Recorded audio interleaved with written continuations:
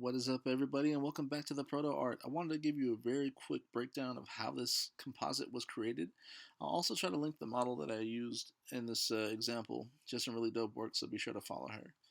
So the basic premise of this, there's no one way to do it. This is just the way that I did it. But I'm creating a glow effect by using various layers and adjustment color layers and colorizing the entire image, and then with the mask revealing the original color. Now the reason I do that is to kind of create this fake glow or a sense that there's a glow, and I'm using the phone as a focal point. So I wanted to keep that in mind, that how light would affect something in the real world. So with the mask layer, I'm revealing the original image on just various parts. You can take your time with this and do, strands of hair if you wanted to get real detailed, but I didn't for this image. Now to help sell it also, I added a color to the glow. So I want to match that same color to the parts I'm highlighting. So you'll see in a moment that I create an additional layer and kind of paint over the highlights. So first I'm revealing the original color or image brightness, and I have it set to pretty low, so it's like 40% the mask revealing it.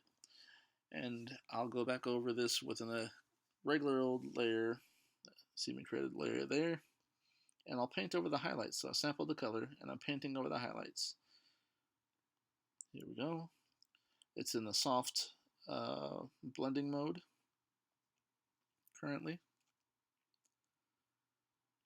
Now, like I said, the reason I'm doing this is just, in reality, the color itself would also cast reflections, and I should have actually added more to the background, but I want her to be the main focus of where your eye is drawn to.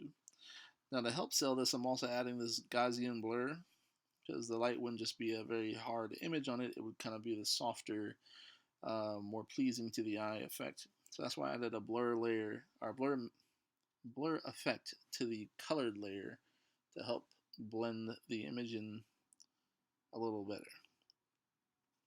I know I'm kind of rushing through this. This isn't a step-by-step, like I said. I just kind of wanted to break down how it's done. I probably will do a tutorial on that if you are interested. The final step in this process is adding a bundle called Color Effects Pro, where I'm color grading, adding different blurs and different vignettes to kind of add a focal point for you. Anyway, guys, I hope you enjoyed this. Talk to you soon. Be sure to like, subscribe. You have a good day. Peace.